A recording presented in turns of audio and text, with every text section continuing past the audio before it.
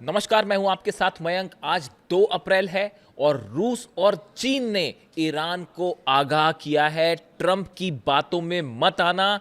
Trump एक बार फिर cease fire की बात करके, जंग रोकने की बात करके बड़ा धोखा देंगे, ये कहना है रूस और चीन का। हम इस पे बात करेंगे, डोनाल्ड ट्रंप क्या कह रहे हैं उस पर बात करेंगे, और पिछले चंद घंटों के अंदर, या हम कहें पिछले 12 घंटों के अंदर कहां कहां बड़े अटैक हुए हैं, इन सब पर बात करेंगे।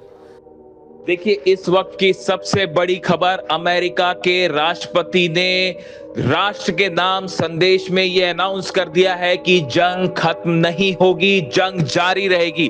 देखिए, मैंने आपको हर बार यह बात कही कि डोनाल्ड ट्रंप कहते कुछ और है और करते कुछ और है। डोनाल्ड ट्रंप के लगातार बयान आ रहे थे पिछले 2 दिनों से कि जंग खत्म होने वाली है, जल्दी खत्म हो जाएगी। नतीजा यह था कि शेयर मार्केट बढ़ने शुरू हो गए थे और जितने ऑयल के प्राइसेस हैं वो कम होने शुरू हो गए थे। लेकिन आज जब राष्ट्र के नाम संदेश हुआ तो उन्होंने साफ कर दिया कि जंग जारी रहेगी और अगले 3 से 4 हफ्ते पे ईरान पर बड़े हमले हो सकते हैं। डोनाल्ड ट्रंप ने तमाम दुनिया के युद्धों की समय सीमा भी गिनवा दी कि वर्ल्ड वॉर इतने दिन चला था, वर्ल्ड वॉर 2 इतने दिन चला था। यानी संकेत साफ है कि ये जंग ज्यादा दिन चलने वाली है। ये बात बिल्कुल वही है जो ईरान पहले से कह रहा था और इसीलिए ईरान ने कह दिया था कि डोनाल्ड ट्रंप चाहे जो बोले, हम अपने हमले जारी रखेंगे।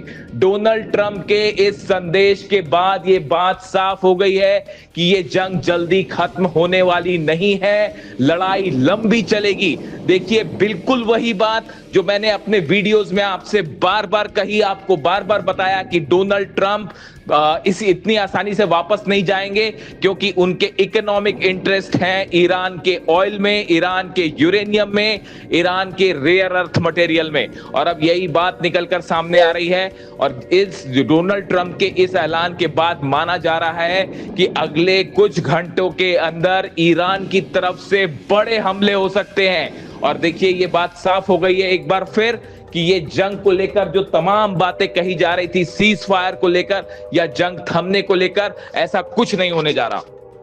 देखिए, ईरान ने अब तक का सबसे बड़ा और पहला हमला किया है अमेरिका की कंपनी पर। ईरान ने कहा था कि अमेरिकी कंपनियां निशाने पर होगी और बिल्कुल वैसा ही हुआ। ईरान ने बहरीन में और यूएई में अमेज़न कंपनी को निशाना बनाया है और अमेज़न वेब सर्विस यानी AWS के दफ्तर को हिट किया गया है बहरीन में, जिससे वहां बड़े नुकसान की खबर आ रही है। देखिए, अमेज़न के ऑफिसेस को यूएई में भी निशाना बनाया गया। AWS की सर्विस कई देश इस्तेमाल करते हैं, यानी अगर अमेज़न के डेटा सेंटर पर बड़ा नुकसान होता है तो इसका प्रभाव कई देशों पर पड़ सकता है और कई सर्विसेज जो है वो ठप हो सकती है। देखिए, पूरी दुनिया में करोड़ों यूजर्स जो है वो इन सेवाओं का इस्तेमाल करते हैं, जो कि अचानक बंद हो सकते हैं। बैंकिंग सिस्टम, पेमेंट सिस्टम रुक सकता है, स्टार्टअप और बिजनेस ऑपरेशन ठप पड़ सकते हैं, इंटरनेट का बड़ा हिस्सा स्लो डाउन हो सकता है। देखिए, अमेज़न की जिस ऑफिस को हिट किया गया, बताया जा रहा है कि उस पर मिसाइल अटैक हुआ, बहरीन में हुआ, जिसके बाद वहां आग लग गई और उसको बुझाने का काम जारी है। ईरान की तरफ से कहा गया था कि अमेरिका की जितनी मल्टीनेशनल फर्म्स हैं, कंपनियां हैं, वो हमारे निशाने पर होंगी और वैसे ही हुआ। और तय समय जो ईरान ने दिया था उसे पूरा करने के बाद जैसे ही वो पूरा हुआ, बहरीन में अमेज़न के दफ्तर पर बड़ा हमला हो गया है। आप देखिए, ईरान के अर्दगॉन प्लांट पर जो हमले हुए हैं, एटॉमिक प्लांट है, इस पर पिछले 24 घंटे से लगातार हमले हो रहे हैं। इस्फहान में लगातार हमले हो रहे हैं, नतांज में बंकर बस्टर बम्स गिर रहे हैं, हॉर्मुज के आसपास के जो इलाके हैं, आइलैंड्स हैं, उनके पास जो IRGC के ठिकाने हैं, मिसाइल सिटीज है, उसके ऊपर बम बरस रहे हैं। ऐसे हालात में ये कैसे माना जा सकता है कि जंग रुकने वाली है? इसीलिए रूस और चीन दोनों ने आगाह किया है ईरान को कि ट्रंप की बातों में नहीं आना है। खैर, आने का सवाल ही नहीं है। ईरान की तरफ से साफ कह दिया गया है कि ये जंग अगर रुकेगी भी तो हमारी शर्त पर रुकेगी। हम पहले ट्रंप की बात करें, उसके पहले हम कुछ हमलों की बात करेंगे जो कि जानना ज़रूरी है। देखिए, इरबिल में ब्रिटेन की ऑयल कंपनी पर ड्रोन अटैक हुआ है और ऑयल कंपनी में आग लगने की तस्वीरें सामने हैं। देखिए, अब ये हमले ब्रिटेन के ऊपर क्यों हो रहे हैं, अगर आप इसको समझने की कोशिश करें। ब्रिटेन के सैनिक लगातार खाड़ी देशों में पहुंचना शुरू हो गए हैं। एक तरफ तो ब्रिटेन का ये बयान आया कि हमारा इस जंग से कोई लेना देना नहीं है, लेकिन सच्चाई ये भी है कि ब्रिटेन के सैनिक खाड़ी देशों में, अरब देशों में पहुंच रहे हैं।